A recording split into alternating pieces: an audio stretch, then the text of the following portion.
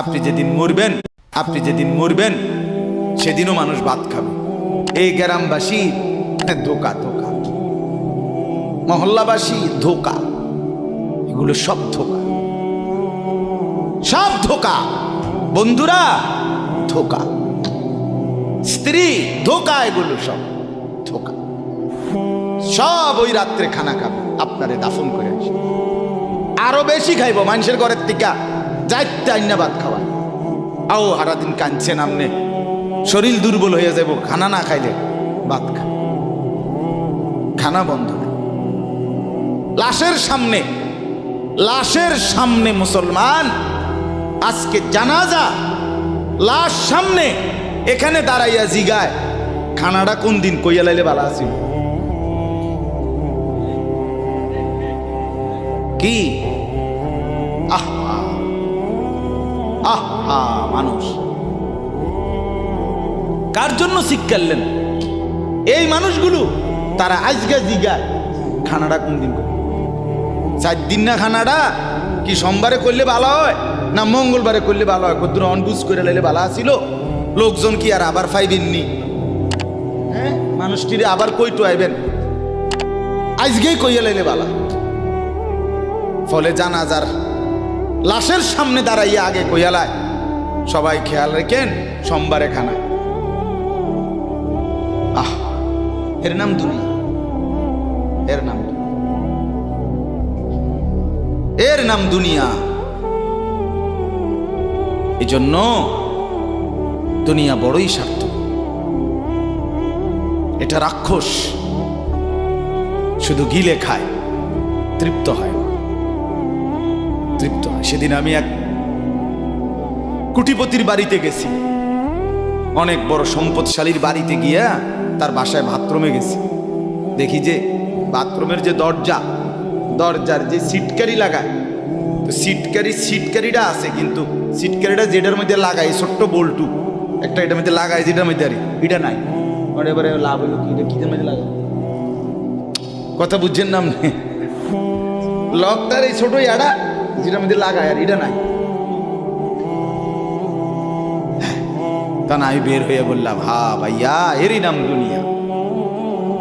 দুনিয়া এমন একটা না একটা থেকেই যায়। সব চাহিদা, সব প্রয়োজন পূরণ হয়। আপনার লাশ যেদিন জানাজা হবে সেদিনও আপনার ঘরের হাজারো প্রয়োজন বাকি থেকে যাবে। পৃথিবী হাসবে ঠিকই, সিএনজিও চলবে, অটোও চলবে, সূর্যও ডুববে, চাঁদও উঠবে, রাতও শেষ হবে, দিনও আসবে।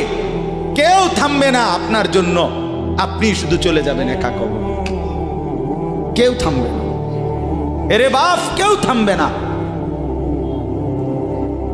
ছেলেরা আজকে বন্ধুর পাল্লায় পড়ে নষ্ট হয়ে যাচ্ছে।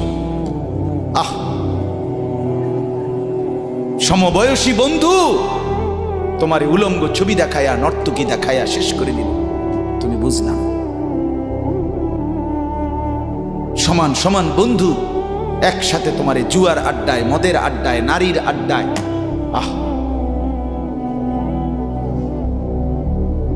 আফসোসের ব্যাপার, ভাবতেই শিখে না একজন মানুষ সুস্থ স্বাভাবিক, একজন সতেজ সবল মানুষ, সে কেমনে এত বোকা, নিজেকে ধ্বংস করে। আমি যখন এখন এই মাত্র যে দিদা আসতেছিলাম গাড়ি দিয়া, একটা ছেলে প্রতিবন্ধী, ছোট একদম প্রতিভা, সে দাঁড়াইয়া রয়েছে মাঝখানে, মানে গাড়ির হর্নও বোঝে না, কিছুই বোঝে না সে। পর আরেকটা ছেলে ধরে তারে এক পাশ করে দেওয়াতে তারপরে আমার গাড়িটা আসছে এই এখানে। এখন এই ছেলেটা তো অবুঝ হইতে পারে, এই ছেলেটা তো প্রতিবন্ধী, সে তার ভালো মন্দ বুঝে না। কিন্তু তুমি ছেলে সুস্থ সবল স্বাভাবিক যুবক, তুমি কেমনে নিজের ভালোটা বোঝো? তুমি কেমনে নিজের ভালোটা বুঝো না বলে? এত মানুষের জানাজা, কবরস্থান নাই এমন কোন এলাকা আছে বলেন? আপনাদের মহল্লায় কবরস্থান নাই? আপনারা কোনোদিন জানাজা পড়েন নাই? আপনারা লাশ দেখেন নাই? তাহলে জলজ্জান্ত মানুষ আজকে কবরে জনাব হযরত মাওলানা আব্দুল বারী সাহেব, আমার তো পুরা মনে আছে কত সময় আমার কতদিন বয়ান একসাথে দেখছি, ঘুরছি, কথা বলছি। কোথায় হারিয়ে গেল? কোথায় চলে গেলেন? এইভাবে পরিচিত চেনা মানুষগুলো প্রতিদিন হারিয়ে যায়, কবরে চলে যায়। এরপরও কি আমার কলিজার ভিতরে একবারও এই ওই ছেলে, বয় বেটা, আহাম্মক কোথাকার বেটা, জিন্দিগিটাই ছবি, জীবনটাই ছবি, একেবারে যেটা পাও। আজ মুসলমানের যুবকের কথা হইল বেঈমান ইহুদি আর কাফেররা আমাদেরকে এরকম ফাঁদে ফেলাইছে যে যা কিছু আছে 24 ঘন্টা মুসলমানের ছেলে মেয়ের হাতে মোবাইল তুলে দিছে। যেটা ফাও শুধু ছবি উড়াই আমগো কাছে পাঠায়। এটা কুত্তা হোক, বিলাই হোক, শুকর হোক, মানুষ হোক, গরু হোক, ছাগল হোক, হুজুর হোক, পাবলিক হোক, বেড়া হোক, বেড়ি হোক, জোয়ান হোক, বুড়া হোক, যেটা পাও না শুধু ছবি উড়া। জিন্দিগির কাজে একটা আহ, হায় হায় বাপ, তোমরা বুঝো না, বেঈমান তোমাদেরকে বেঁধে ফেলছে, আষ্টে পৃষ্ঠে বেঁধে ফেলছে, গিলে খাচ্ছে, গিলে। একটা সেকেন্ড সিদ্ধান্ত বেঈমানের যে মুসলমানের একটা নড়াচড়া তারা তাদের আড়াল হইতে দিবে না।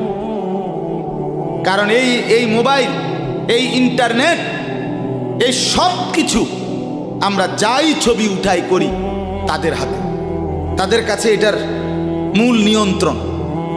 তারা দেখে মুসলমানের যুবকদের হালাত কি, চরিত্রের অবস্থা কি, যুবতীদের হালাত কি। যুবতী তার রাত গভীরে অশ্লীল দৃশ্য পুরুষকে দেখায়, যুবক তার রাত গভীরে অশ্লীল কথা, জঘন্য কথা ভিন মেয়ের সাথে বলে। আহা, বেঈমান তখন হাসে, কাফের বেঈমানরা তখন হাসে যে হ্যাঁ দেখছো মুসলমানের অধপতন, মুসলমানের সন্তানের নোংরামি, মুসলমানের সন্তানের অসভ্যতা, এটা তারা হিসাব রাখে। এজন্য ভাইয়া জীবনের কদর করেন। একজন হলে একজনই বোঝেন, দুইজন হলে দুইজনই বোঝেন। বাবাদেরকেও বলি, আমার ছেলেদেরকেও বলি, সবাইকে বলি, বাপ জিন্দিগির কদর করেন। এই বলতেছিলাম, এটা আমাদের হায়াত, এটা আমাদের জীবনের সবচেয়ে বড় সম্পদ। এই সময়টা, এই হায়াতটা, আমার জীবন, আমার হায়াত, এটাই আমার সময়, এটাই আমার জীবন। যেটা ঘন্টা, মিনিট, সেকেন্ড, এটাই আমার জিন্দিগি। যেটা জিন্দিগি, এটাই ঘন্টা, মিনিট, সেকেন্ড। আমরা মরার আগে মানুষ বা অসুস্থ হইলে, অ্যাক্সিডেন্ট করলে, বুড়া হইলে মানুষে কয় না যে ভাই আমার আর সময় নেই, ঠিক কিনা বলে, আমার সময় শেষ, তার মানে হায়াত শেষ। তাহলে বোঝা গেল যেটা হায়াত এটাই সময়, যেটা সময় এটাই কি বলেন না, হায়াত। হায়াত, হায়াত। কদর করে, কদর। ও ভাই, ওই লাল গেঞ্জি, তুমি উঠা কথা বলো, তুমি বাহিরে গিয়ে কথা বলো, যাও। কাফেল কোথাকার, হে নগদ বুঝায়, হেরে অনেক বুঝাইতে আছে, বুঝতে কি কইছে। তুমি শোনো মিয়া, বললাম না, তুমি আলাদা শোনো। আমি এ ব্যাপারে কঠোর। 10 মিনিটের জন্য যদি বলি আমার জিন্দিগির সিদ্ধান্ত, গাফেলকে বলবো, অমনোযোগীকে বলবো না, এটা আমার জিন্দিগির ফয়সালা ইনশাআল্লাহ। সমবয়সী বরবাদ করে দিচ্ছে ছেলেদেরকে আজকে, এক সময় না ভালো হতে দিচ্ছে না। আহ, কোন মা বাপ তার সন্তানকে অসৎ করে গড়ে তোলে নাই। মা তার পেটের থেকে অসৎ সন্তান জন্ম দেয় নাই, পবিত্র সন্তান জন্ম দিয়েছিল। মায়ের বুকের পবিত্র দুধ খাওয়াইছিল, দুধ হালাল পবিত্র। মা পবিত্র এক সন্তান জন্ম দিয়েছিল। পরবর্তী সমাজ, এই সমবয়সী বন্ধু এই অশ্লীলতার বেহায়াপনার আড্ডা শেষ করে দিস, শেষ করে দিস। চল, কোথায়? ওইখানে দেখছি দুইটা মেয়ে হাঁটতেছে, চল পিছে পিছে হাঁটি। চল, কোথায়? ওইখানে চল, একটু আড্ডা দিয়ে আসি। শেষ। 3টা বাজে বের হইছে, রাত 10টা বাজে ফিরছে। 7 ঘন্টা সমবয়সী 7-8 জন ছেলে একসাথে ঘুরলা, অথচ তোমার লগের এই 6 জন বন্ধু একবারও বলল না যে আসরের নামাজ পড়তি না, মাগরিব পড়বা না, এশার নামাজ পড়বা না। 7 ঘন্টায় যেই বন্ধুরা একবারও তোমারে 1 ওয়াক্ত নামাজের কথা বলে নাই, বিশ্বাস করো ছেলেরা, এটা বন্ধু না, এটা শয়তান ছাড়া আর কিচ্ছু না। এটা ইবলিস বেটা, এটা শয়তান, এটা তোরে শেষ করে দিবে। তোর আখেরাত তো শেষ করবে, তোর দুনিয়া তোরে অকর্মণ্য অপদার্থ বানাইয়া একটা আকামলা বানাইয়া ছেড়ে দিবে। শেষ পর্যন্ত এক বদনা আলগি দিতে আর ক্ষেত্রে বলতায় না। তার মা যদি বলে 1 জগ ফানি দাও, পাইতাম না। তার বাপেরে যদি বলে যে তার বাপের লেগে বাজারে এই বাড়িকে বইরা কত বাতগুন দিয়ে আইও, পাইতাম কি? পারতি না কেন? ভাল লাগে না।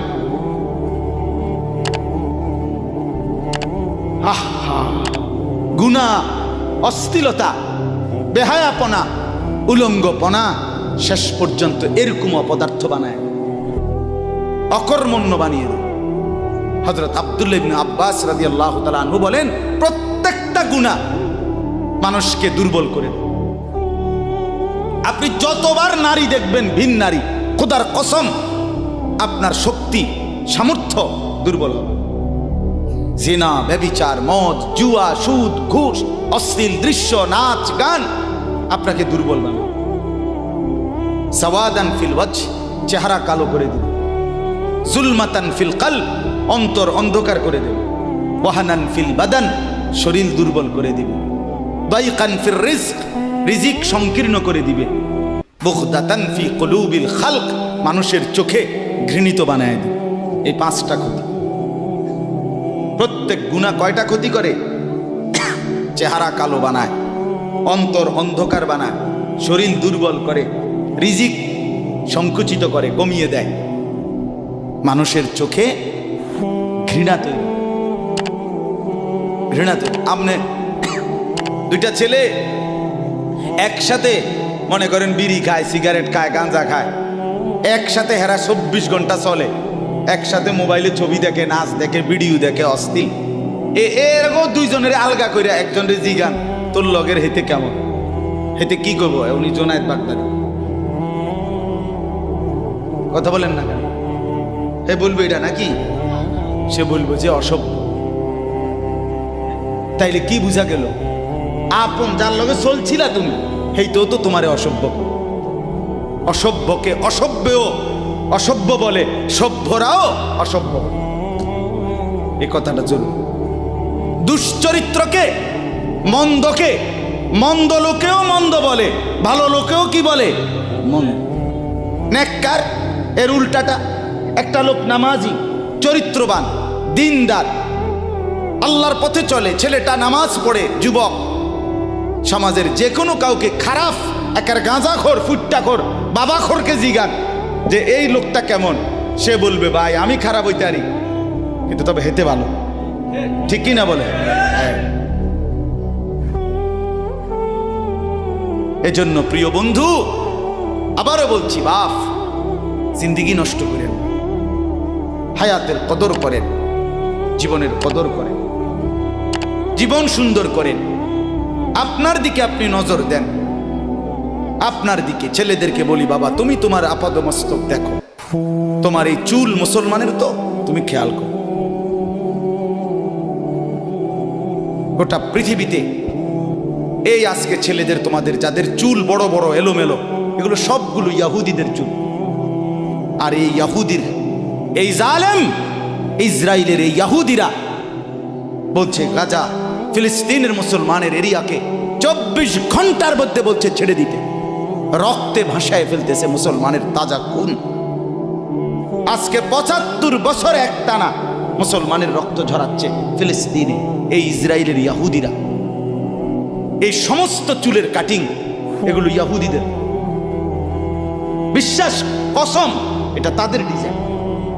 কেন? তারা দাজ্জালের জন্য পৃথিবীকে সাজাইতেছে। হাদিসে আছে দাজ্জালের চুল হবে, নবীজি বলছে দাজ্জাল হবে যুবক এবং দাজ্জাল হবে এলোমেলো চুলওয়ালা। আল্লাহর নবীর হাদিস, কসম, বুখারী মুসলিমের হাদিস। এই জন্য দাজ্জালের চুল হবে আউলা জাউলা চুল, স্বাভাবিক চুল না। আজকে এই জন্য ইহুদিরা দাজ্জালের চুলের ডিজাইন আমাদের সন্তানদের কাছে পরিচিত করে দিচ্ছে আগের থেকে। এজন্য আমি সবার কাছে অনুরোধ করলাম, বাবা প্রত্যেকেই আল্লাহর ওয়াস্তে নিজেকে নষ্ট করো। গুনার কথা বলার পরে তুমি গান শোনো, নাচ দেখো, অশ্লীল ছবি দেখো, এক ওয়াক্ত নামাজ পড়ো না, এরপরে যদি তোমারে কেউ বলার পরে তুমি হাসো, মনে করো তুমি প্রতিবন্ধী। এটা মনে রেখ, মানে তোমার গায়ে কিছুই হলো, লাগলো না, এটা কিছুই মনে হলো না। হায় হায়, আমি উলঙ্গ ছবি দেখি, একটা সেজদা দেই না কোনোদিন, 1 বছরে কোনোদিন আমি ফজরের নামাজ পড়ি নাই, এরপরে যদি কেউ বলার পরে তোমার মনে মুখে হাসি হয়, যে এতে হাসে, তো বুঝতে হবে এটা মানসিক সমস্যা। হ্যাঁ, এ প্রতিবন্ধী, এ মাতাল, অসুস্থ। আমি নিজে পাবনা, গত মাসে আমি পাবনা গেছিলাম, বিকালবেলা আসরের নামাজের পরে পাবনা মানসিক হাসপাতাল, যেটা আমি নিজে দেখতে গেছি, আমার ওই এলাকার ওরা নিয়ে গেছে, এই বাংলাদেশের সবচেয়ে বড় মেন্টাল হসপিটাল যেটা। আমি মাগরিব পর্যন্ত পাবনা মানসিক হাসপাতাল ঘুরে ঘুরে দেখছি, ভিতরে অনেক ওয়ার্ডে গেছি। ছেলেদেরকে বলি, বাপ তোমরা শোনো আমার কথা, আল্লাহর কসম আমি নিজ চোখে দেখছি। এই গত মাসে আসর থেকে মাগরিব অনেকগুলো ওয়ার্ড আমি ঘুরে দেখছি। এই যতগুলো ওয়ার্ডে পাগল আছে সবটিতে ভরা, কসম আমি নিজ চোখে দেখছি। 100 জনের মধ্যে 2 জনও বুড়া নাই, সব যুবক, সব যুবক। বিশ্বাস করো বাপ, আল্লাহর নাফরমানি করে জিন্দেগি তামাশা বানায় না। নারী দেখতে দেখতে, অশ্লীল ছবি দেখতে দেখতে, মোবাইল টিপতে টিপতে, আল্লাহকে সেজদা না করতে করতে চোখ কোনখানে গেছে গিয়া দেখো। 2 পাশের সাফা কদ্দুর ভিতরে ঢুকছে দেখো। শুধু না চুলের বাড়ি মারো। পৃথিবীতে কোনো কালে, কোনো বইতে, কিতাবে, কোনো গবেষণায় যে চুল এটারে আলাদাভাবে খুব বেশি পেরেশানি করার বস্তু ছিল না। এটা মনে করে নিজের চুল নিজে বাইরে দেয়, এটার মধ্যে ডিজাইন। আরেকজনে যদি তোমার চুল ধরে টাইনতো তাহলে তো একটা কথা আছে, তোমার চুল তুমি বাড়ি দাও, এটার মধ্যে সুন্দরের কি আছে? আবার বেওকুফ, আহাম্মক। কেমন আহাম্মক আমি বুঝি না এটা। আল্লাহ আমাদেরকে বুঝ দান করেন। আমার বাপ 2টা আয়াত পড়ছি, আমি তর্জমা বলি। আল্লাহ তাআলা বলেন, ওয়াতলু মা উহিয়া ইলাইকা মিন কিতাবি রাব্বিক। নবীজি সাল্লাল্লাহু আলাইহি সাল্লাম মানুষকে কালেমার দাওয়াত দিতেন, তো বিভিন্ন জন বিভিন্ন বুদ্ধি দিত। কথাটা ছোট্ট খেয়াল করেন।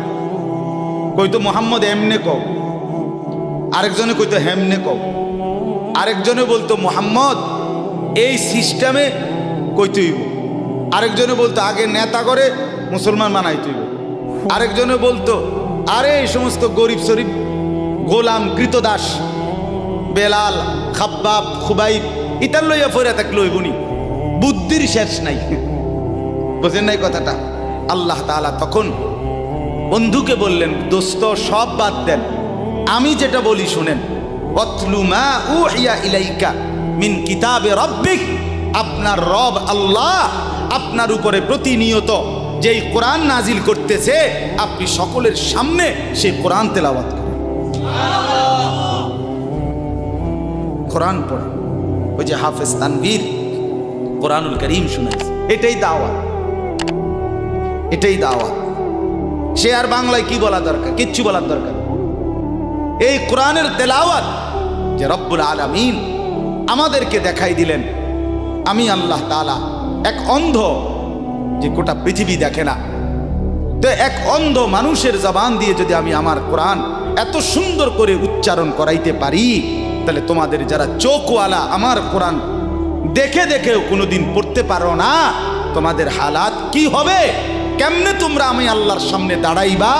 হাসরের ময়দানে রাসূলের সামনে কেমনে দাঁড়াইবা? খোদার কসম আরেকবার দুনিয়া থেকে ভাবতেন ভাইবেন সুপারিশ। আচ্ছা,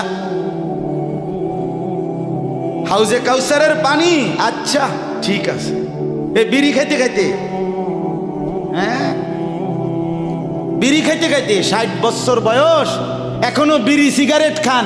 এ বিড়ি খাইতে খাইতে আপনি গিয়া নবীজির থেকে হাউজে কাউসারের পানি লইয়া লাইবেন আর নবীজি দিয়া লাইবেন। আচ্ছা ঠিক আছে কাকা, আগান না, অসুবিধা কি?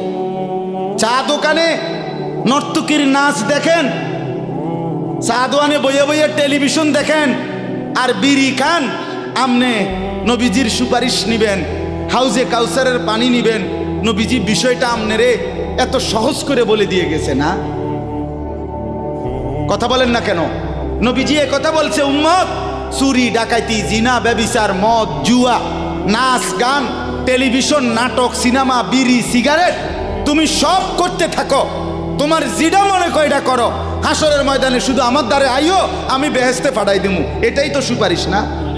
তো আমনে ঘটনা কি, কাহিনীটা কি? তাইলে কি বুঝে বিড়ি খান, কি বুঝে সিগারেট খান, কোন বুঝে দাড়ি কাটেন, কোন বুঝে টেলিভিশনে নর্তকীর নাচ দেখেন? আজ 20 বছর ধরে যার ঘরে রঙিন টেলিভিশন চলে, নাচ গান সিনেমা নাটক নর্তকীর ছবি, আমনের বউ বাচ্চা বছরের পর বছর আমনের ঘরে বইয়া সোফাত বইয়া বইয়া টেলিভিশনে নাচ গান দেখে, আমনে মরতেন না? আমনের বউ বাচ্চা মরতো না? আমনে আল্লাহর সামনে দাঁড়াইতেন না? না? আচ্ছা ঠিক আছে কাকা, বাতে তো খান নাকি? খান, খাইতে থাকেন, খাইতে থাকেন। দুনিয়া ভোগ করতেছেন বলে আখিরাতকে বরাবর মনে করছেন নাকি? দুনিয়া, আমি দুনিয়া তো ভালাই চলতে আছি, বউ বাচ্চা লইয়া 2 ফুট লইয়া 3 ফুট বিদেশ 2 ফুট বিদেশ টাকা ফাটায় বাজার সদাই করে খুব খাইতেছেন। আরে দুনিয়া তো আল্লাহ কাফেরকেও খাওয়ায়, খাওয়ায় কিনা বলেন? দুনিয়া আল্লাহ বেঈমানকেও খাওয়ায় কিনা বলেন? দুনিয়া আল্লাহ তাআলা কুকুর বিড়ালকে খাওয়ায় কিনা বলেন? দুনিয়া আল্লাহ চতুষ্পদ জন্তুকে খাওয়ায় কিনা বলেন? তো আপনারে বাদ্দুকে খাওয়াইতে অসুবিধা কি?